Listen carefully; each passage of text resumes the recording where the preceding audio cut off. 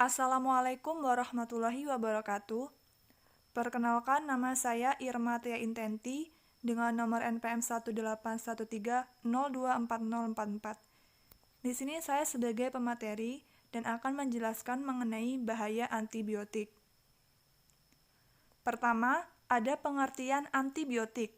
Antibiotik berasal dari bahasa Yunani yang terdiri dari dua kata, yaitu anti yang berarti lawan dan bios yang berarti hidup. Jadi dapat diartikan antibiotik merupakan melawan sesuatu yang hidup. Antibiotik juga merupakan sebagai zat kimia yang berasal dari bakteri dan fungi, berkhasiat untuk mematikan maupun menghambat pertumbuhan dari kuman.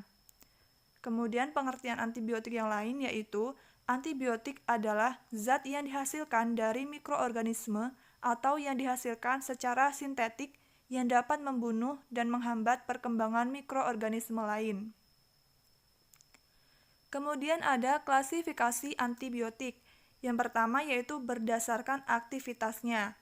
Antibiotik ini dibagi menjadi dua golongan besar, yaitu pertama, satu, antibiotik kerja luas atau broad spectrum, yaitu agen yang dapat menghambat pertumbuhan dan mematikan bakteri gram positif maupun bakteri gram negatif. Yang termasuk golongan ini adalah tetrasiklin dan derivatnya, kloramfenokol, ampicillin, cefalosporin, dan carbapenem. Kemudian ada antibiotik kerja sempit atau narrow spectrum. Adalah golongan ini hanya aktif terhadap beberapa bakteri saja. Yang termasuk golongan ini adalah penisilin, streptomycin, neomycin, dan bacitracin. Nama saya Nakla Fadila. Di sini saya akan melanjutkan penjelasan dari Irma. Nah, berdasarkan mekanisme kerjanya, antibiotik ini dibagi menjadi 5 bagian. Yang pertama, antibiotik yang menghambat sintesis dinding sel.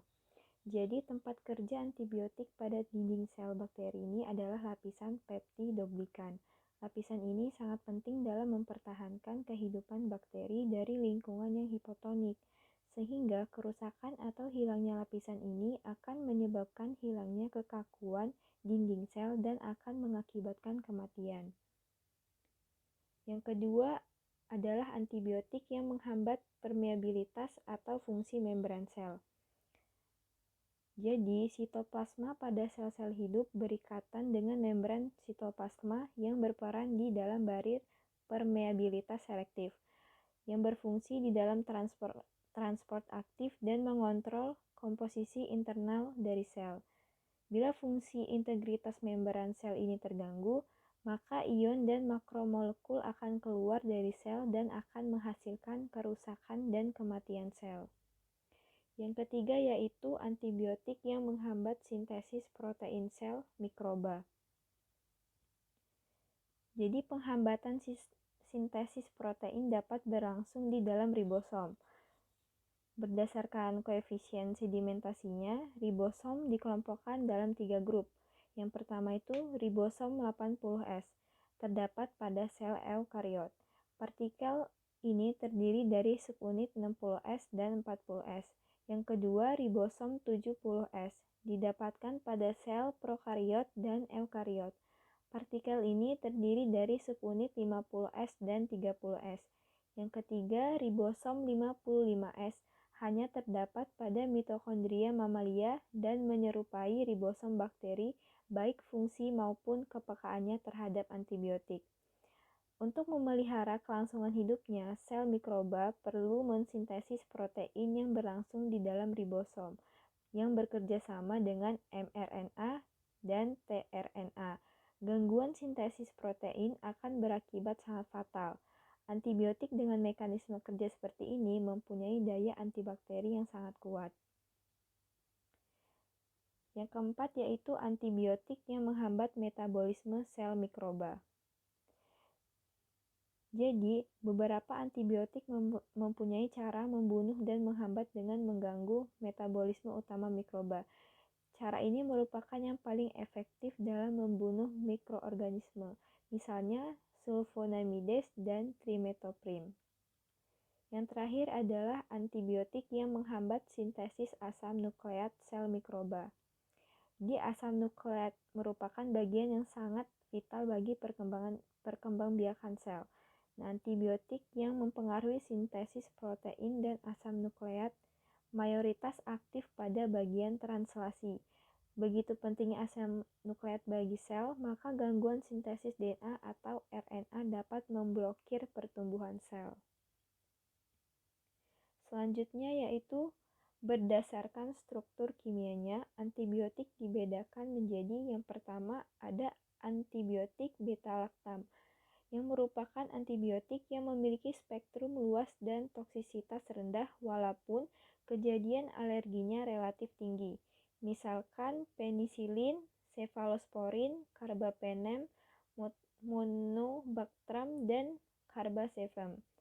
Yang kedua, ada antibiotik makrolida.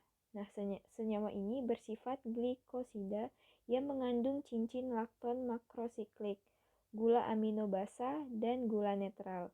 Biasanya digunakan untuk mengobati peradangan, misalnya eritromisin dan azitromisin.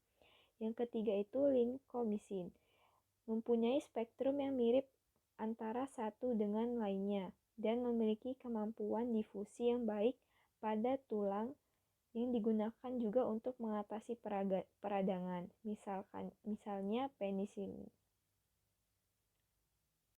Yang keempat, antibiotik aminoglukosida. Senyawa ini memiliki spektrum yang luas dan cara kerja sebagai bakterisidal, misalnya streptomisin dan neomycin. Setelah itu ada quinolone. Zat yang termasuk dalam golongan ini adalah ciprofloxacin dan levofloxacin. Selanjutnya, metronidazole dibuat dari Streptomyces sp yang berguna dalam peradangan akibat bakteri. Spektrum terbatas pada bakteri anaerob obligat dan beberapa bakteri mikroaerofilik. Selanjutnya, bahaya antibiotik, yaitu infeksi berulang. Jadi saat antibiotik dikonsumsi tidak tepat waktu, maka bakteri yang menyebabkan infeksi tidak terbunuh. Hal ini mengakibatkan infeksi dapat muncul kembali di tempat yang sama ataupun di tempat yang lain. Yang kedua, bakteri semakin kebal terhadap antibiotik. Bakteri justru akan menjadi kebal apabila tidak tuntas dalam mengonsumsi obat antibiotiknya. Misal, obat antibiotik yang seharusnya dihabiskan selama 7 hari tetapi hanya diminum 3 hari. Yang ketiga, semakin tangguh kekuatan bakteri penyebab infeksi. Beberapa bakteri mampu membuat sistem kekebalan tubuh untuk melakukan hal-hal yang seharusnya tidak dilakukan. Misal, kuman penyebab radang tenggorokan yang akhirnya dapat menyebabkan demam rematik karena memiliki komponen tubuh yang secara kimiawinya mirip. Baik, sebelumnya izin memperkenalkan diri. Nama saya Ratna Komalasari, NPM 1813-024008. Di sini saya akan melanjutkan pembahasan mengenai faktor penyebab resisten. Faktor yang pertama yaitu penggunaannya yang kurang tepat atau biasa disebut dengan irasional. Misalnya, dosis yang terlalu rendah, penggunaan yang terlalu singkat, dan diagnosis yang salah. Faktor yang kedua yaitu faktor yang berhubungan dengan pasien. Biasanya, faktor finansial akan mempengaruhi kemampuan dalam memilih antibiotik.